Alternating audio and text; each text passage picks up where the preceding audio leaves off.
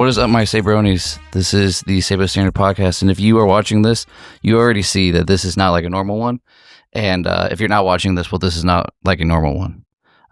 We have a very special person as our first guest. Makes me so proud, makes me so happy. Just like old days, my boy Dylan is here. Dylan, how are you? I'm doing good. You've been getting on me for a little bit to get back in here and do this with you, so I'm excited to be here.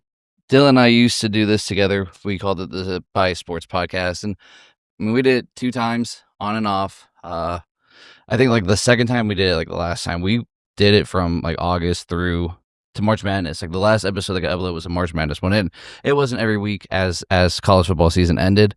But we did it for a good amount of time. Stuck with it for a bit, yeah. Had some fun, and life gets in the way. I've talked about that kind of before as to why I didn't do it for a while and then got it started back up. But it was only fitting that the first guest we had was this week for this reason, and it had to be you. So I'm glad you're here, and thanks for being part of it with me. Honored to be your first one on this new version of this. So before we get to sports, just how's life? I know how your life is, but for everybody else, anybody that has listened before and knows you, how is life? Busy, a lot going on. New house last year, engaged this year, wedding next year.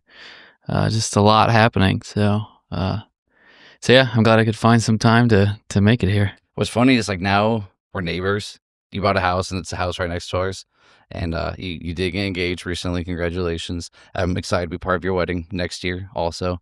We're really looking forward to it. But now that we're neighbors, it's like, it's so easy for you to be able to get prepared and walk on over here. And it's almost harder to find time now. 100%. No, since we have been neighbors, it almost feels like we are together less often, but it's easier when we are ready to. Sure. So it's all part of life. And so again, I'm just grateful you're here.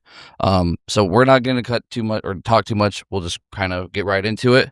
Dylan, college football season is here. We are, at the end of it. It's been such a great fun season so far. So right now is just your opening thoughts. What's been your take? What's been your thoughts on the college football season so far? Everything you've loved, hated, Heisman, anything you want. Honestly, I think just as a whole, like one word I would describe it, like I feel like it's pretty surprising. A lot has happened that I wasn't expecting. I mean, I can start with Ohio State being dominant essentially without even trying, kind of as Day has alluded to, that when it's time to put the foot on the gas, they will, and we'll get into that, I'm sure. Mm-hmm. But just some other stuff is like the underwhelming teams, and some notes I jotted down here, like Clemson, Texas, LSU, and Penn State. So those 4 specifically, and all 4 of them with their quarterbacks. Mm-hmm. So if you look at like the draft next year, and at the beginning of the college season, who was high on those draft boards? And it was the quarterbacks from those teams. It was Klubnik, it was Arch, it was Nussmeier, Drew Aller. And they've all been essentially awful. So Aller got hurt. Nussmeier got benched. It's not even like Aller was really playing that great before. No, he wasn't. They were cruising by, and then it all came downhill. And it went downhill fast. Yeah. But Klubnik and Clemson have not been great. Arch is. I feel like he's developed, but I mean, to start the year, the tough loss to start, and they just started slow. I think he's got like 23 touchdowns to 7 picks now, so not awful, but definitely has underperformed the expectation for sure. And then there's the guys that have overperformed. You can start with saying maybe a little bit by having the 2 best receivers in the country. Sure. It helps a little. This past week against Rutgers, it kind of showed how good those guys are. Yeah, what happens when those 2 aren't on the field. But then you look at Mendoza at Indiana and how dominant they have been. Very much looking forward to facing them in the Big Ten championship, presumably in a couple weeks. Ty Simpson at Alabama, Diego Pavia, Darian Mensah at Duke has been pretty good. Dante Moore's been okay. So yeah, it's just I feel like the guys that have performed were not the guys I expected to perform, at least this year. Right. And when I go back to talking about the draft class, like Mendoza was on. I don't know that he was really on anybody's boards coming in from Cal. Nobody as a first rounder. Ty Simpson was probably the same boat, later round pick. Now it's really those two guys in the first round, and that's potentially it. So yeah, that's definitely surprising there. But then we talk Ohio State some more. Just dominance. Both sides of the ball. The defense, clearly, the numbers show how dominant they have been. More dominant than last year, without having guys that like there's great talent. Don't get me wrong. Like, we know Arvell Reese is so good, but Arvell Reese and Sonny Styles are not what coming out of Cody nowhere Simon for and Arvell Reese. and all those guys that were there last year. Lathan Ransom was such a impact as a safety that Caleb Downs is obviously really, really, really good. Was last year, but it's a whole new group, and to be more dominant, it's fun. I feel like it's a little more rounded. You get to Downs on the back end, Styles and Reese there, linebacker, edge rusher, whatever they do, a little bit of everything. And then like somebody like Eggman Osen, who I feel like has been kind of quiet this year, but has still been really good. Caden Curry has a quiet 9 sacks. Yeah, it's insane. Kenyatta Jackson I think he's got 4.5. So yeah, it's just a well-rounded effort. The coaching, the NFL level of coaching that you get from Matt Patricia, compared to somebody like Jim Knowles. But it's been fun to watch. And then again on the offense with the two receivers just balling out. What do you think about, like, because everybody, you get on Twitter, you listen to sports radio, like whatever Ohio State podcast, and they talk about that pace of play and Ohio State, how they're at the point right now where it's like a game and a half less than everybody else based on the amount of plays, and how that's been on purpose. And as we ramp up into Team Up North Week, Big Ten Championship, they expect the pace of play to be faster, to be more aggressive, and instead of almost being conservative with the amount, with the quickness, because it's less hits, less plays, less toll on a body, while also being able to get good reps. Yeah, I mean, and a lot of you notice that as you watch it, like as a fan? Yeah, I would say so. And a lot of these guys are fresh. I mean, you look at the running backs. We've used 4 running backs, and we've used them all pretty similarly throughout the year. I think it was expected to kind of be Peoples and a little bit of Donaldson at the beginning of the year. And I really don't think Peoples ever got that much of a shot. I think we've really leaned on Donaldson early, then Bo stepped into it, and now Isaiah West is getting some looks, and then Peoples is now coming on. And really, I mean, CJ Donaldson's your power guy. The other 3 guys all can... Power guy. We say power guy for Donaldson, but it's just like they get to him at the 1, and it's just like he's not a power guy. He's a 1 yard guy. Yeah, but he gets his touchdowns. I say he's got like 3.8 yards per carry, and then the rest are over 5. Yeah. With Isaiah West, Bo, and Peoples. So like you said, the Peoples has really started to kind of get his rotation, and you got 4 dudes that like. When you can rotate them all like that. I mean, last year we were deadly with having 2, and obviously those 2 talent-wise is bigger than what these 4 are. But those 4 all offer something in so different ways, and 2 of them being true freshmen is pretty crazy. Yeah, and it wasn't really what I was expecting. Obviously, we didn't expect Bo to get as much work as he has. When they threw Isaiah West into it, I thought it was just going to be kind of a couple games, and then set him down to redshirt, and that hasn't been the case. I don't really know what was happening this past week with Kienholz. Not sure what the idea is there to get him the reps that they did at the time they did it, having him throw the ball. Yeah, that really caught me off guard. So I think make Michigan prepare for something. Exactly. Maybe that's it. Maybe it's just giving them something else to think about. But yeah, I don't know. But Sayan has done nothing to lose his snaps. So it's nothing of that nature for sure. So I honestly, I'll be surprised if Kienholz plays a single rep versus them. I think it's just another thing to worry about. And also at some point in time, like he really hasn't got garbage time plays a lot this year. Like there's been very few times because of the slow pace of play. He's hardly thrown the ball all year. They want standing reps. So it's a way for game reps to for you to get those a little bit while also again giving them something else to prepare for, to worry about. For sure. Anything else? Just on the state of the order of your thoughts on the season. Yeah, I think that covers most what I wanted to. Who was your Big Ten, or not your Big Ten, your national champion to start the year? Oh gosh, I don't know. I think I was leaning Clemson. Honestly, it seemed like Dabo was getting him back to where they had been for so long. Yeah. With Klubnik, and then he, what's the receiver? Is it Antonio Williams? And I think there's another one. And then the running back that they have, it seemed like, they were going to be back to the Clemson that we expected to see there at the end of the season every year. And it's just not the case. Yeah. So I don't know. Maybe that's. You talked about those four teams, like you said, the Penn State, the LSU, the Texas, and Clemson. How underwhelming they were. And I had all four in my playoff. And I had Clemson, LSU and Ohio State in my national championship game. I had Clemson, I think in the Final Four originally. And so, I know starting the season, Clemson LSU, I thought that was going to be one of the biggest games of the year, the most meaningful games of the year. And now it's just kind of like, what, they're both unranked, aren't they? Yeah, cool. Yeah, I know it's the fall from grace. And I think Dabo's a guy that, is he on the hot seat? He should be. Would they get rid of him? Probably not. I mean, yeah, but they got South Carolina this weekend. If they don't win, it's a 6-6 season for Clemson when you had national championship aspirations. Right. It's insane. Right.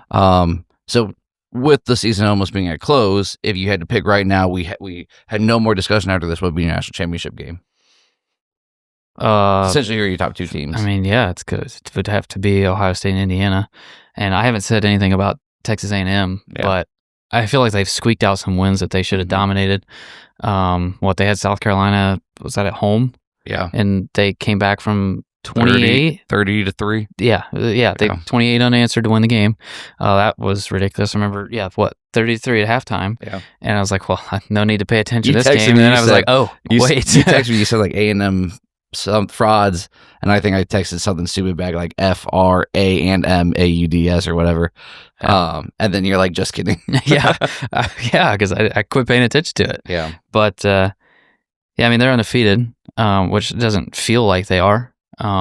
Compared to Ohio State and Indiana, where I feel like they've just completely dominated the season. Yeah, and I think every other season, we've had it with Ohio State, they struggle with games maybe shouldn't, but you find ways to win. We say that's a good team. And this year, because Ohio State and Indiana are so dominant in every way, it's almost like, A&M's a really good team. They found a way to win that game. You don't come back from 30 to 3 down without being a good team and having a good season. But when you see the other two on top of you just be so good, it's really hard to kind of justify it in some ways. Okay. So we'll get into picks and kind of get a thought what you think of all these teams. But before we do that, we'll do our top 10 Thursday, even though this is recorded on a Tuesday, uploaded on Wednesday this week, because I was not at work this week, got the week off work, so we got to get the head start. So this is going to be top 10 rivalries in college football.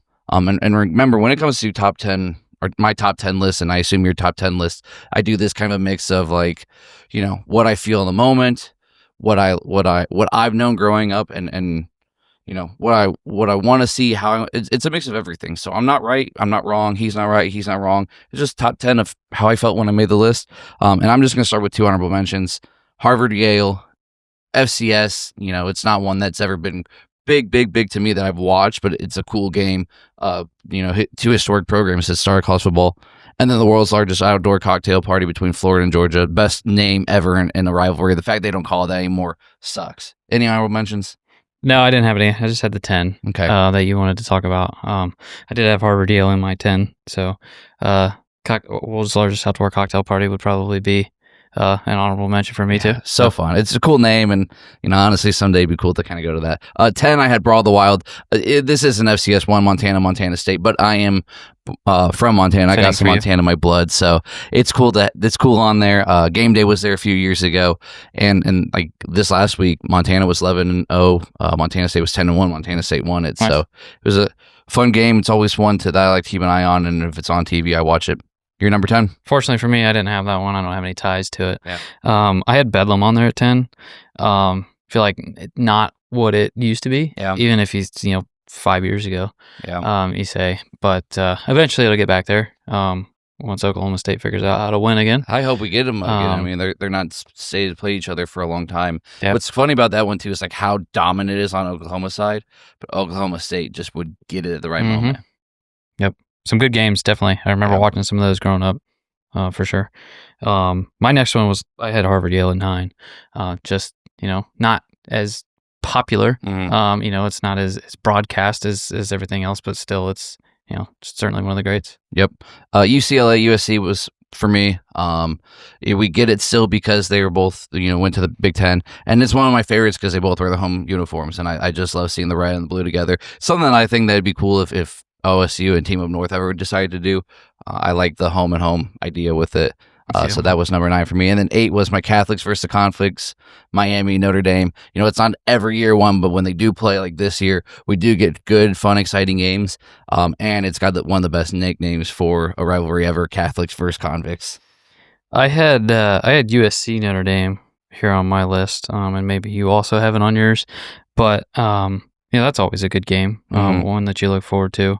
Is that one that they still do? They play that every year still? Right now, it's scheduled. Yeah, that's what I thought. It's hard with so much realignment. Yeah. Like those ones can end at any point. Right. I did not actually have it on there. There was one I was kind of debating. It could have been my honorable mention.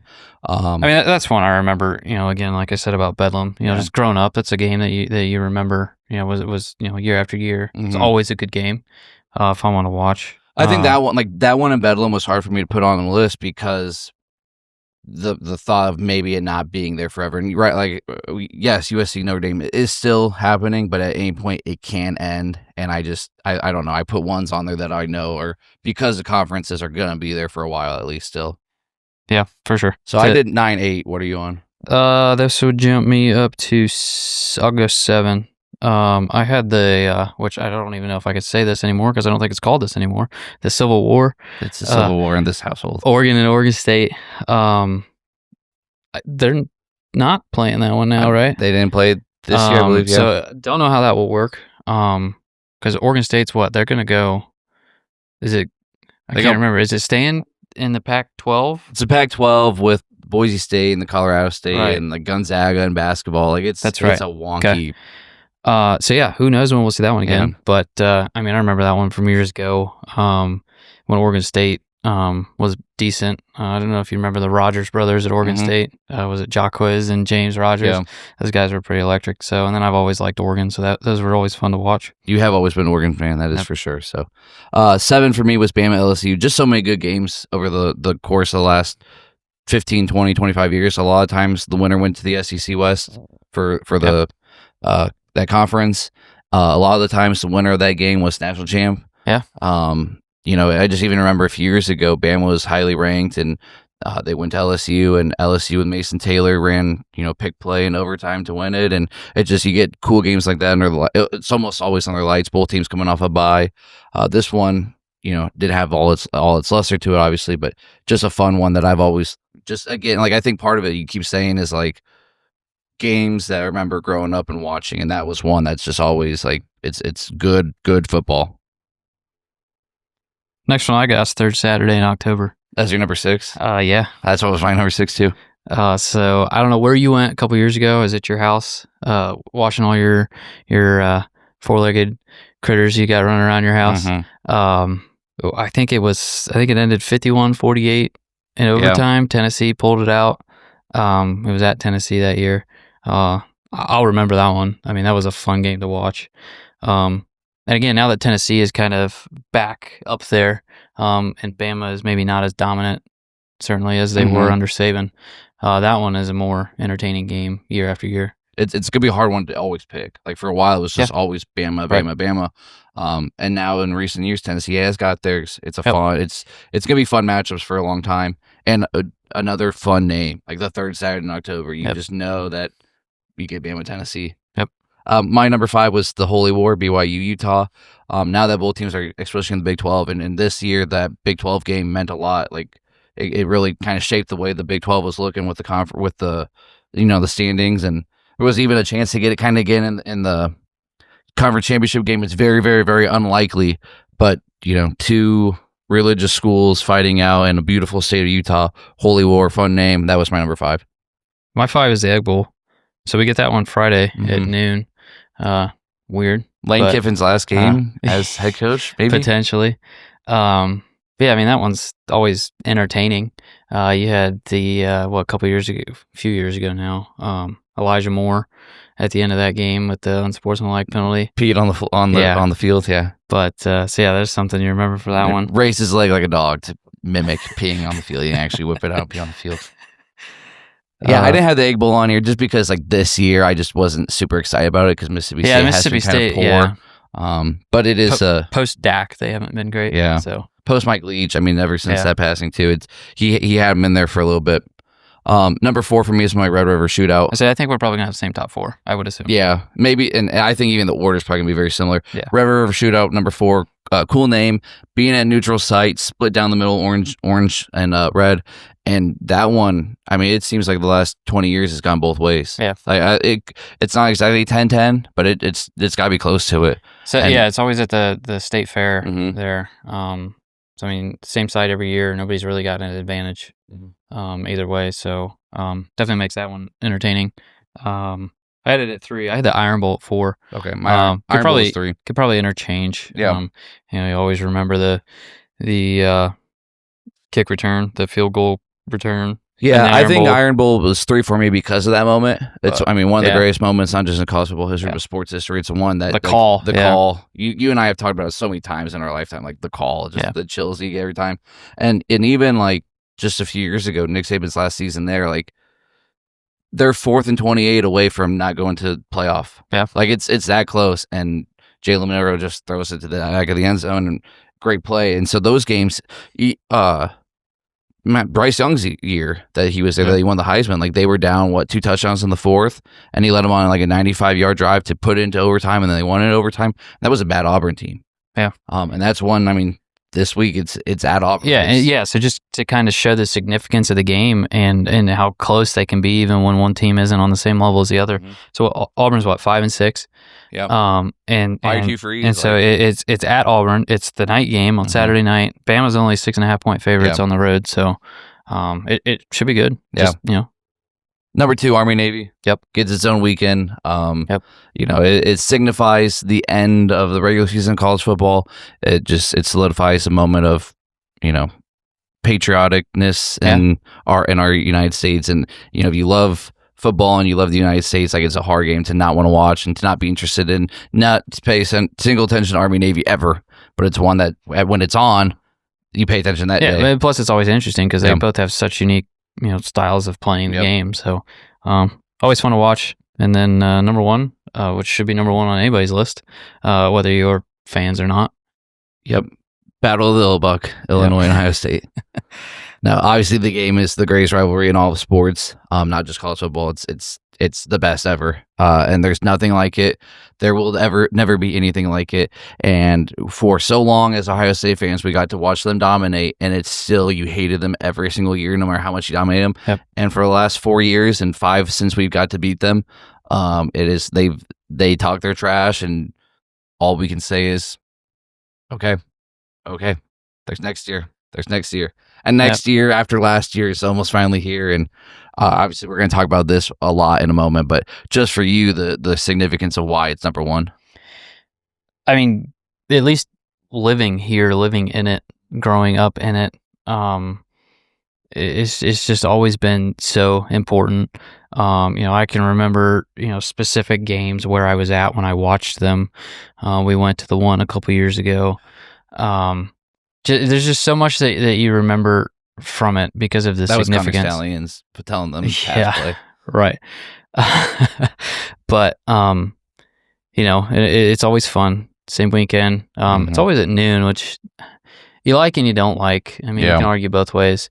But I mean, it's just huge. Yeah. It gets your blood boiling. Just think about it. Let me ask you this, just because we are young enough to know that we can appreciate the history of things. We can appreciate, that's how it's always been. But let's just say in the future, there's opportunities for Ohio State, Michigan to play in a Big Ten championship game and then again the playoffs. That would be essentially 3 times playing each other in a 4-game span. What if just at some point it became more logical for them to play week 1 every year? It was the first weekend of the year. Would you like that? Or I mean, does it have to be some less? of the conference rules there's conferences doing that now, aren't they?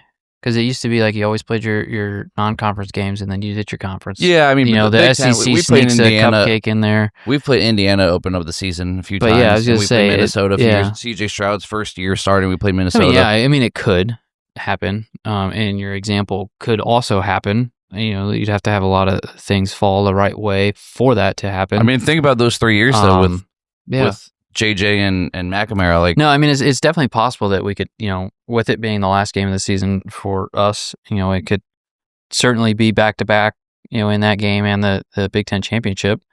And then the potential to hit it. Obviously, it wouldn't be opening weekend of the playoff, but the second week there, it could certainly be. So I don't know. Not something I really thought about. So accustomed to it being at the end of the season.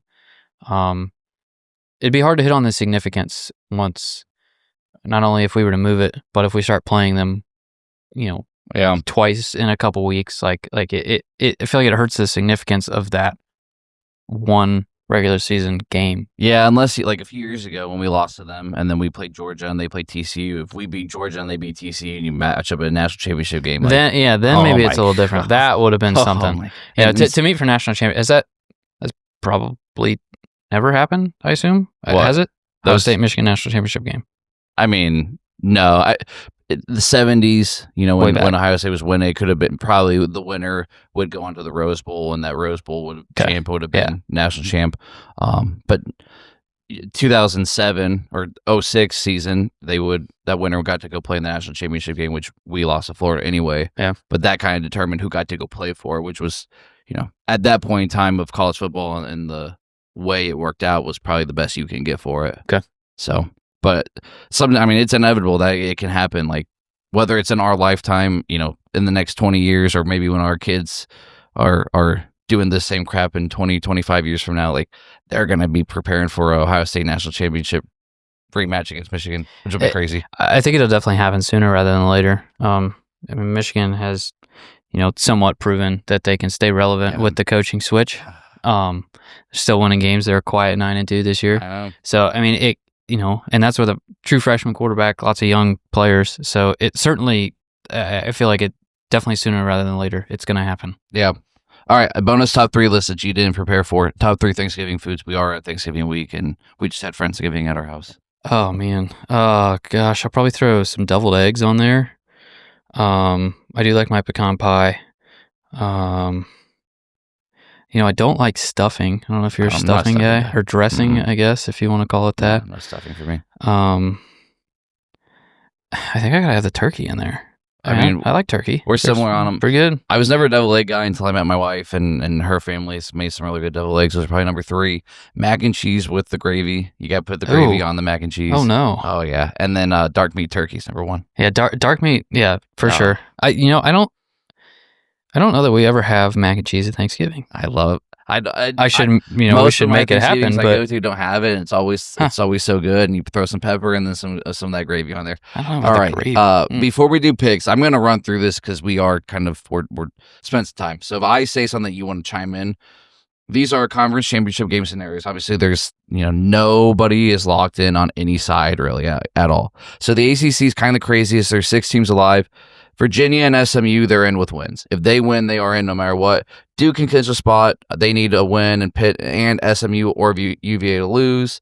And there's some other scenarios. Georgia Tech clinches with a Pitt win and a UVA loss and an SMU loss, or some other tricky scenarios. Miami's got to weigh in. It's a bunch of crazy things. This and that, or this and that and that and that. SMU with a win or Pitt loss.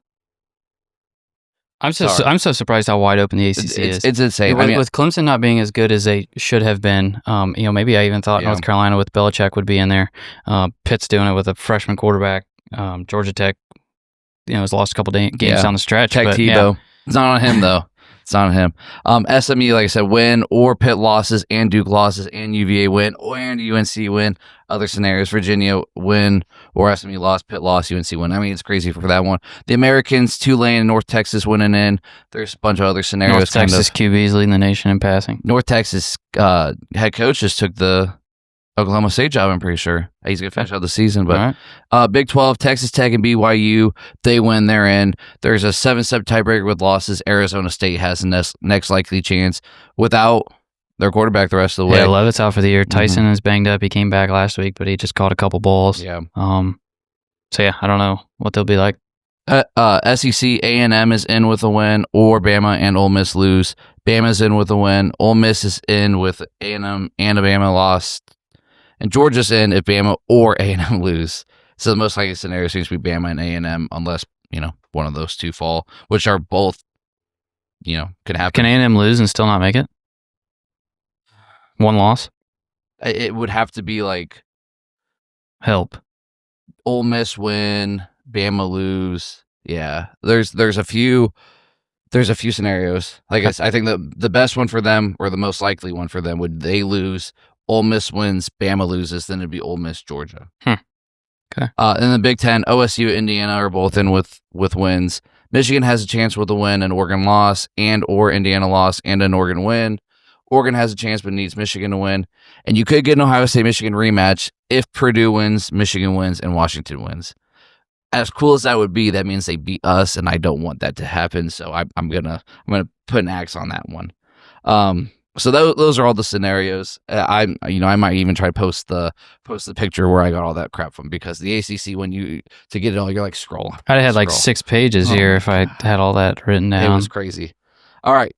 So we're gonna pick these main games, and this, like last week, if I did not have, I had like 4 or 5 games because it wasn't a great weekend because the SEC got their cupcake weekend. But this week, Friday, we get the Egg Bowl, 7 Ole Miss at Mississippi State. Ole Miss is my 6.5 favorite. Ole Miss is in the CFP with a win.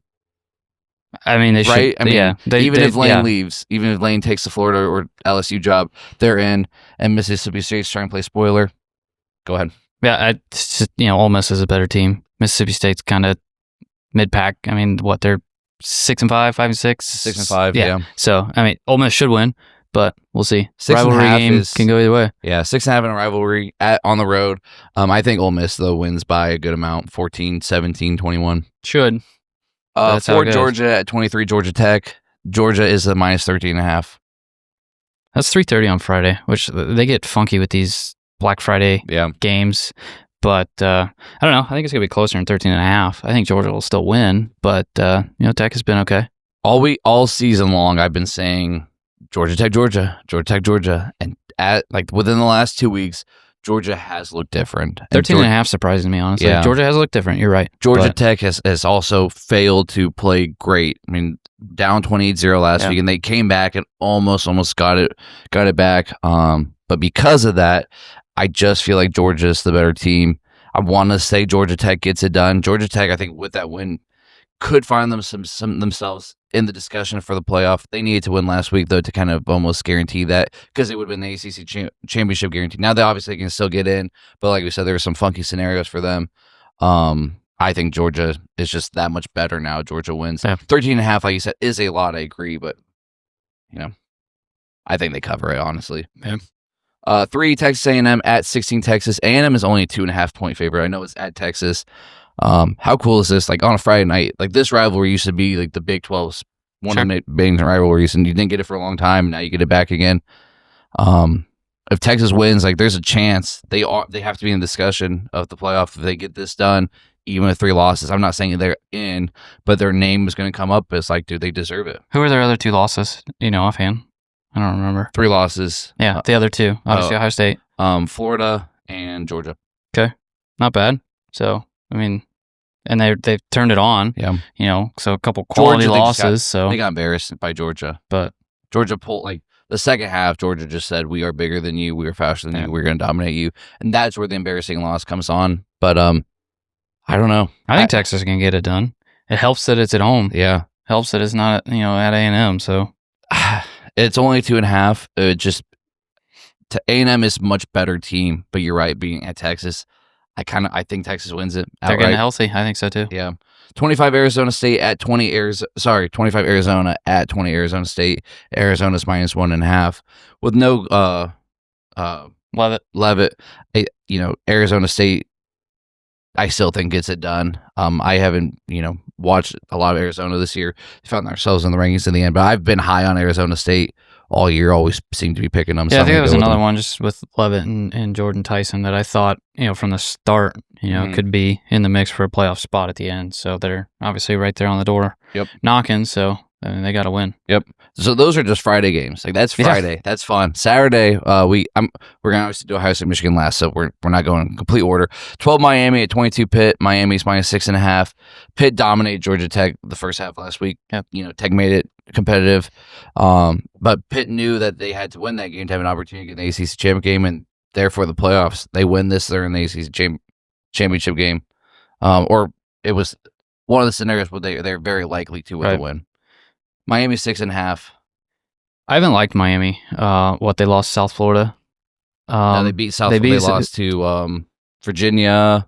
Virginia and Florida. Gosh, I don't remember. It's been so long. I know.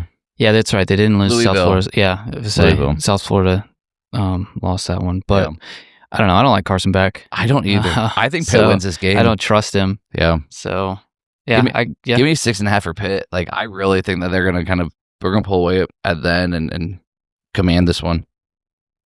Florida State at Florida. It's both unranked, but it's a good rivalry. They're battling for Florida recruits. Florida State's -1.5. Norvell's fighting for his job, maybe. Another couple of teams that underperformed too that didn't really touch on. So I think Florida State, we didn't expect at the beginning, but they started off so hot, winning at Bama, really playing well, and then they go to Virginia on a Friday night and lose, and they just tipped over. Right. Yeah. So it's surprising, and when you get to this point in the season where maybe you circled this one as with potential at the beginning, and then now it's it's really not. So. I'm picking Florida for it just because I think I think so too. Florida State, they just Norvell. If they lose this too, I think Norvell's got to go. Yeah, I think it's time for sure. 6 Oregon at Washington. Oregon's -6.5. It's a fun game. In the last few years, you got some really, really good ones. Winner got to go to a playoff a few years ago, and I think it'll be a good test for Oregon. I haven't looked, but who knows what the weather's going to be doing in Washington? It could be raining, for sure. So, it'll be a good test, good game. I put on here, Oregon loses if weather is rainy and Dante Moore struggles, and Washington plays explosive. Yeah, which I can see Washington's happening. Quarterback is good too. So. But I think Oregon -6.5. I think they get it done. They know that they have a chance to still get in the Big Ten championship game with some chaos. So, okay, the bigger Oregon Washington game, the Pac-12 championship game, part 2, 2-9 and 1-0 in conference. Oregon State heads to 5-6, 0-1 in conference. Washington State is -13.5. If Oregon State wins, they're 2-0 in the conference. They are champs. Okay, if Washington State wins, they're 1-1 in conference with the better record overall. They would be conference champs. Who are you going with this one? Like I said, Washington State's -13.5, and it's at Washington State this time. Yeah, Washington State. This is so fun. Like 2 times this season, get to play each other home and home. Like what is this? Yeah, that is crazy for sure. Pac-12. Okay, so Pac-12 champs. Washington's going to win it. 14 Vandy at 19 Tennessee. Tennessee's -2.5. This is a fun matchup. Like 2 teams that have really played a good season and should be happy with kind of what they maybe Tennessee's a little bit more disappointed than Vandy, but and I think that's more of what happened with Nico. Transferring out. I think that was kind of unexpected. This seems better without Nico. So potentially, Joey Aguilar definitely stepped up. I think the ceiling was higher with Nico. Okay. But I mean they've still been all right. And favored in this one at home. Vandy's been good. Diego Pavia's been good, but the over under 65.5. You taking it? Yeah, I would say so. Fireworks. I think so. Not as many fireworks as maybe Tennessee had last year, but I mean they're still putting up points and Vandy's scoring. So yeah, I would say so. 10 Bama at Auburn. Bama's -6.5. Listen, I'm not calling it an Auburn W, but I think it's a fun matchup at night on the road. At Jordan Hare makes it interesting. I mean, 4th and 20 a few years ago, kick 6. Like there's memorable moments at that place. It'll be fun. I'm really hope that I get a chance to sit down and watch it. I'm looking forward to that. I will be sitting down watching it. If anybody tries to bother me, okay, the only person that gets my attention is the kid. Yeah, from like 3:30 to 7:30 maybe. Yeah, 12 to 12 is when I'm sitting on the couch. I'm gonna go back to it because it's part of my lock of the week or my upset alert. Bama close. LSU at Oklahoma. You had this one. Oklahoma's -10.5. They're in the playoff with the win. Is it? I mean, that's pretty much a lock for them, right? Yeah, I would think so. Okay. And it's been kind of a weird year for them. Their best 2 players supposedly at the beginning of the year, John Mateer transferred from Washington State. Jaden Knott running back transfer from Oklahoma. I don't know what happened with Ott. I did his college fantasy this year, and he was one of my top picks, and then he never played. I have no idea what happened. He was great last year at Cal, and he transferred into Oklahoma and just didn't play. So I don't know what happened there. Mateer has not been very good. He was great last year at Washington State. He was great to start the season. Maybe that was it. He was good. He got hurt. Yeah, I don't remember if it was it his throwing hand or was it his offhand? I think it was his throwing hand. So and he played. He came back versus Texas maybe when he shouldn't have, and he really struggled. And Texas got that win, and that's when I really thought Oklahoma had no chance. But yeah, I would say underwhelming there, but I mean, here they are. Yep. And obviously the game of the week, game of the year, game of the season for us in some ways, the regular season, this is what we've been waiting for, is number 1, Ohio State at 18, team up north, 4 losses in a row, haven't been won since 2019 in Ann Arbor because COVID in 2020, we're so sick, and the next 4 days later we're doing team practices. Jeremiah Smith, Carnell Tate, do they play, do they not play? How much does it matter? Ryan Day, does he play conservative? Can Underwood and Michigan score on the defense? I saw some photos today of Jeremiah Smith and hitting the weights. He said something. He said on there was an interview of something. I don't remember what it was, but it was implying that he was going to be ready. So one thing real quick that I had not looked at that I'm pulling up right now as we sit here. I've heard people talk about the forecast. Yeah, I had not looked at it yet. Right now, mild winds, 10 to 15, 70% chance of snow during the day Saturday, just an inch of snow. So it doesn't seem like that should be too much of a factor. So maybe a little snow, cold, but shouldn't be too bad for weather kind of controlling the fate of the game. So obviously last year, Michigan didn't win by scoring a bunch of points. They scored by not allowing Ohio State to score points. Can Underwood and them score on this defense? I don't think so. Can they get touchdowns? I don't see how. Sure. Can they get 10 points? Sure. Which means we have to score more than 10. Ryan Day is not going to try to prove to you that we can run the ball this year. Ryan Day is going to prove to you we are better than you, we are tougher than you, because we have Jeremiah Smith, we have Carnell Tate, we have Julian Sain, who is the most accurate quarterback, or on pace to be the most accurate quarterback in a season. He is by 2% on the completion percentage. It's going to be very hard for him to not set the record. Sain has to, and he's got to have a Heisman moment. And that Heisman moment can go score 49 points against this team. Mendoza got it by struggling with Penn State and then puts on a great drive, and they're like, oh, it's the moment. Played like crap all game long, but has it. Ryan Day, we've seen a different Ryan Day every game this season. And there's just something about it. People are like, well, they can't beat him. They can't beat him. They can't beat him. He did once. He got him the first time, and then they ducked him. And then Michigan has some really good teams. And then last year was the biggest upset that we've seen since we've been, fans of this team since we were young kids. That doesn't happen 2 years in a row. It's a 9.5 point spread. I think we cover it. And I'm not just saying that because I'm a Ohio State fan. I just truly believe Ryan Day and this team, especially with Jeremiah Smith and Julian Sain, what they're doing in the pass game, how good our defense is. I just don't see a way where we don't score more than 10 points on them. I think something we've seen in the past is too much of a reliance on the run game, even when it's not working. Unfortunately, from my perspective, I still kind of see that in the offense, given we have 4 guys doing it now, like we touched on earlier. I still see a little too much of that to feel comfortable about covering. I don't think they're going to be able to score against us. I don't think there's any possibility that it is going to be very hard for them to get in the end zone once, let alone twice. Yeah. Maybe they get a couple field goals. Certainly they're going to have their chances in Ohio State territory. It's just going to be whether they convert. It will probably be low scoring. I don't expect a ton of points. It's just the nature of the game. That's how it goes. Hopefully we come out aggressive, and I think we'll try to be aggressive, and I don't think we'll take our foot off the gas. I think we'll floor it, and we won't let up. I'd like to say we'll cover. I'm worried that we won't, but I don't have any worry about losing. Not that kind of feels different this time, and maybe we said that last year, but but because last year happened makes me so confident on this year. I'll agree with that. 24-10.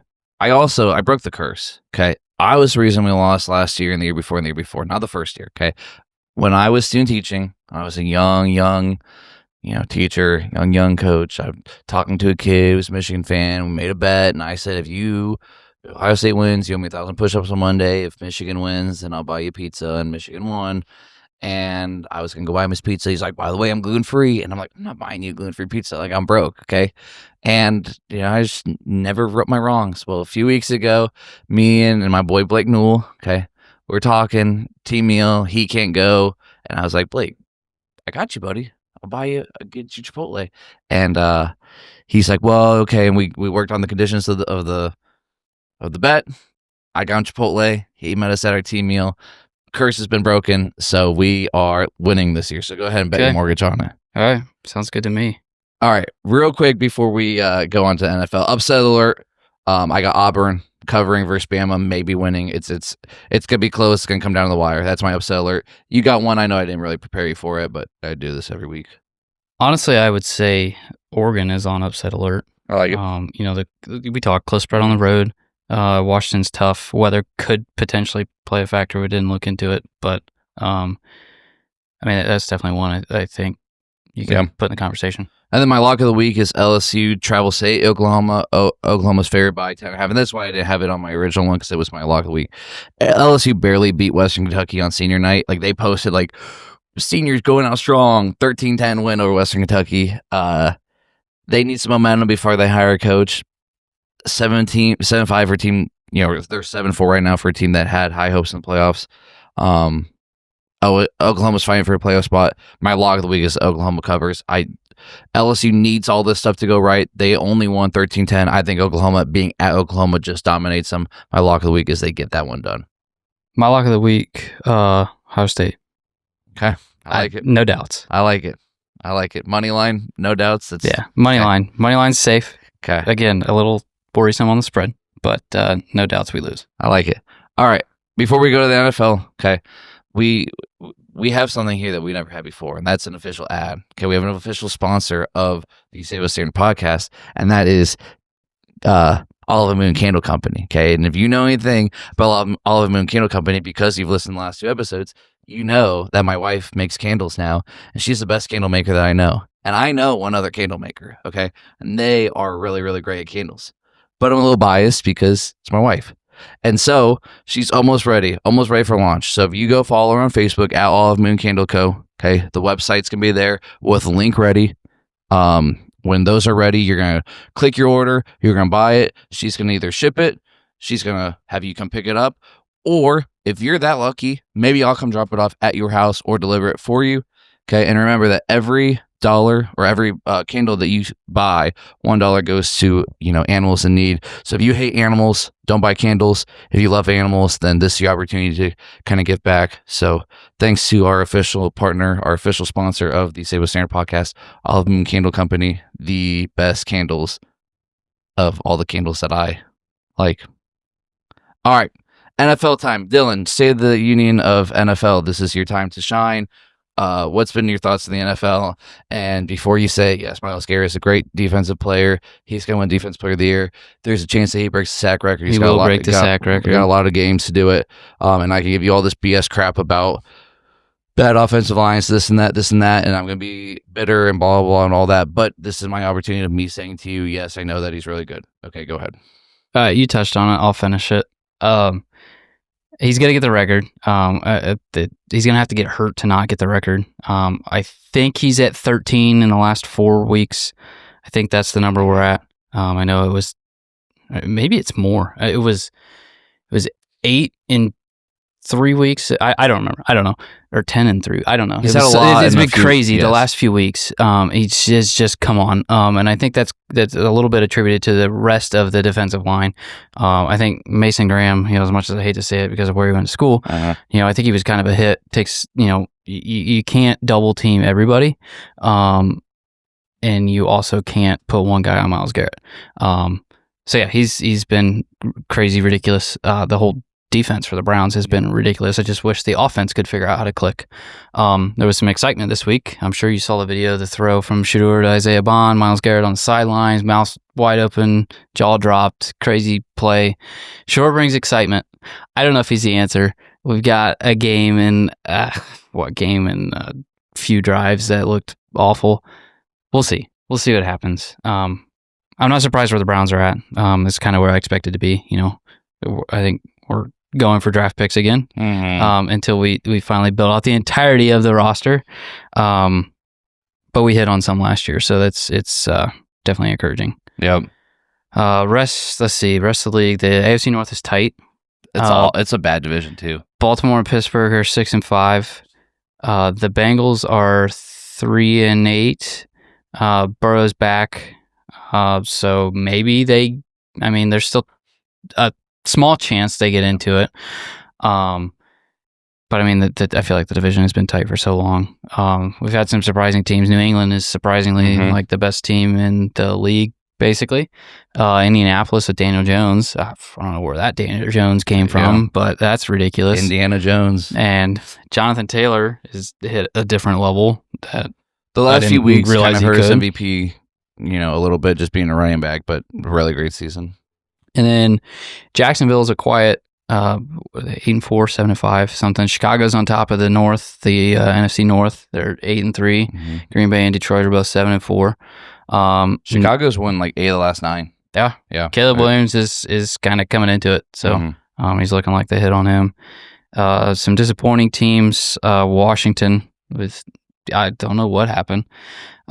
He never looked the same. Yeah, all season. There's just nothing about him that's looked good, and they made a lot of that was they were my NFC East champ. I had mine too. They went and got Debo. And there's all the talk preseason about Bill, and then he's kind of hasn't done much of anything. Eckler got hurt. Now Jane Daniels is hurt. McLaurin's been hurt. They just kind of fell apart. Kansas City, and that's probably a little bit attributed to a tough schedule.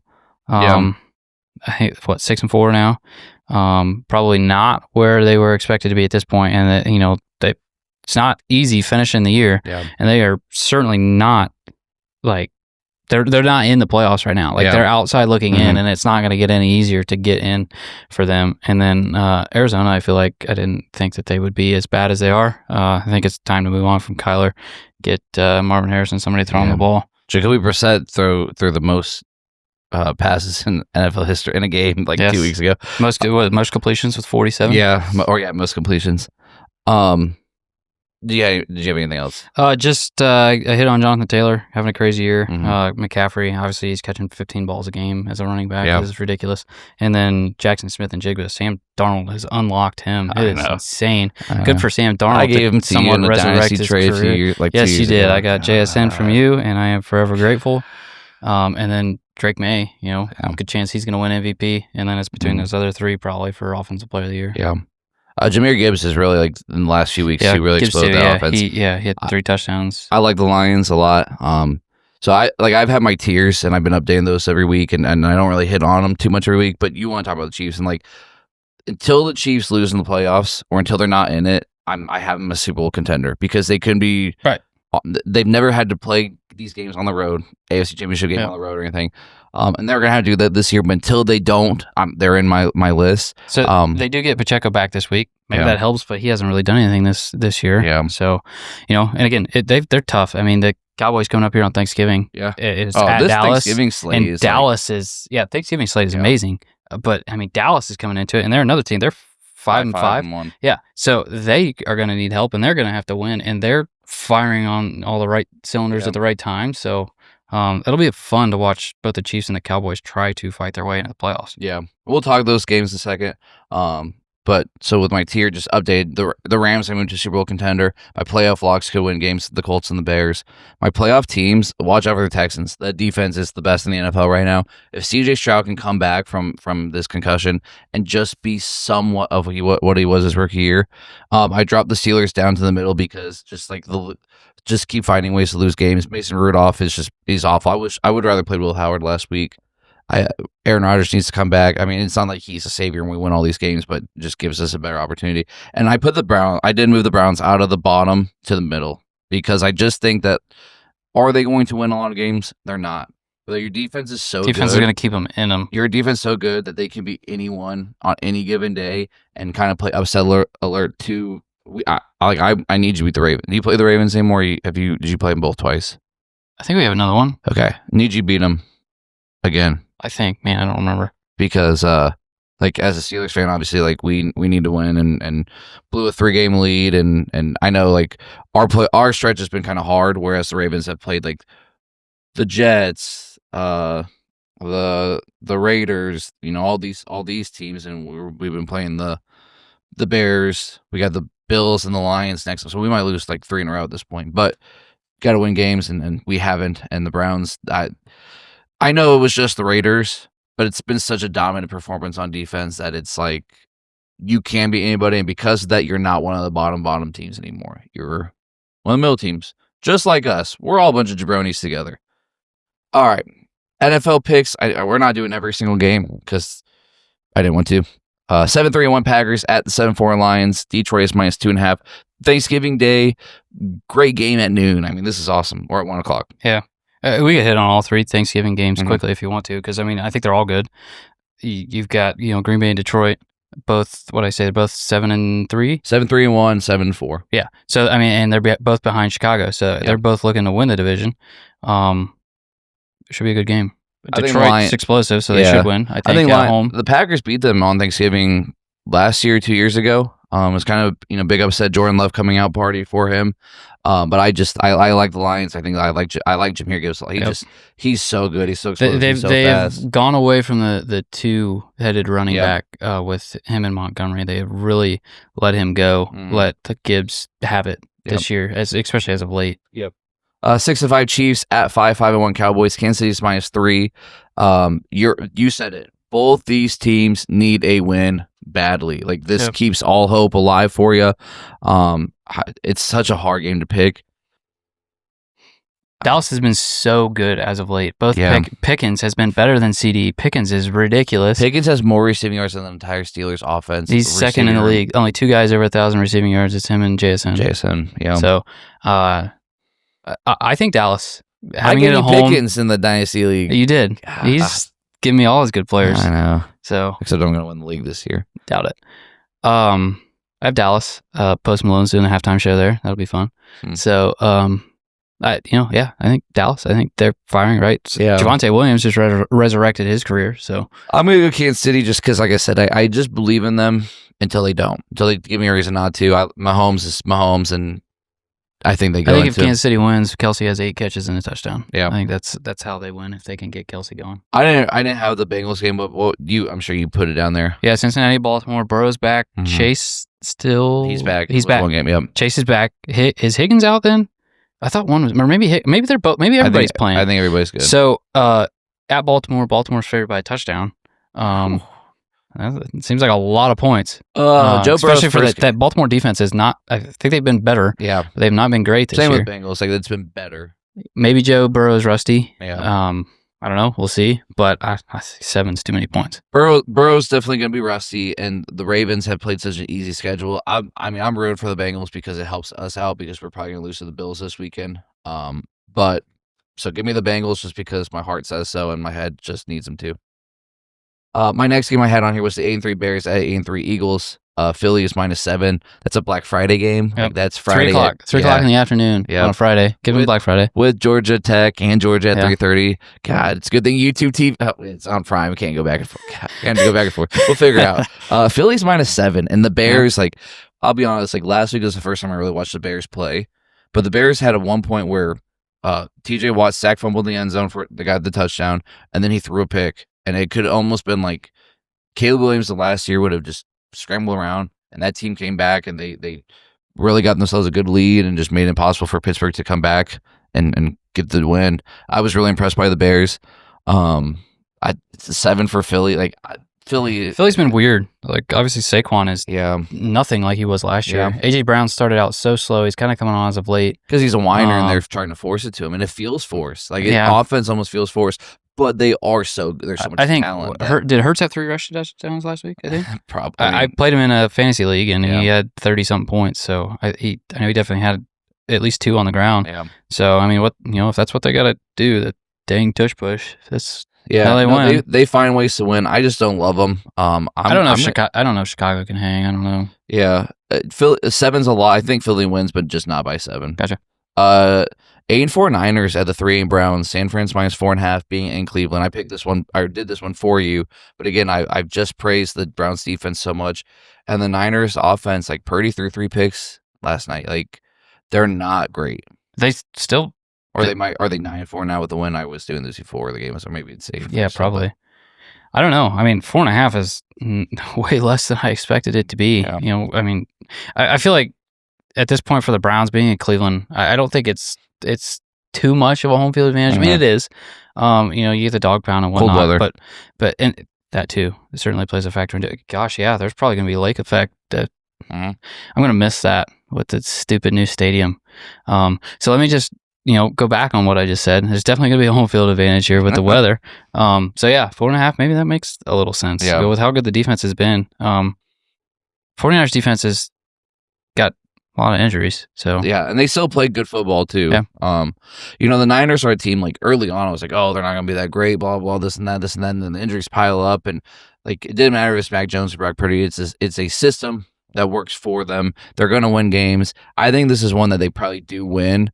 But I put it on here, 1, because you are here, but 2, the Browns have my respect right now. I don't know. You almost talked me out of it with the cold weather. If Shoutout can make a play early and get the excitement, get the place bumping, and Miles can get another 15 sacks, there's a chance. I don't know. It could be fun. There's a chance.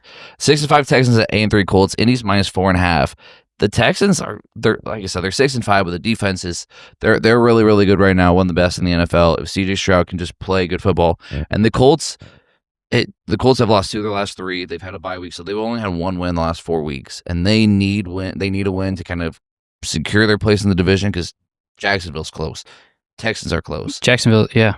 I think Stroud has played 8 games.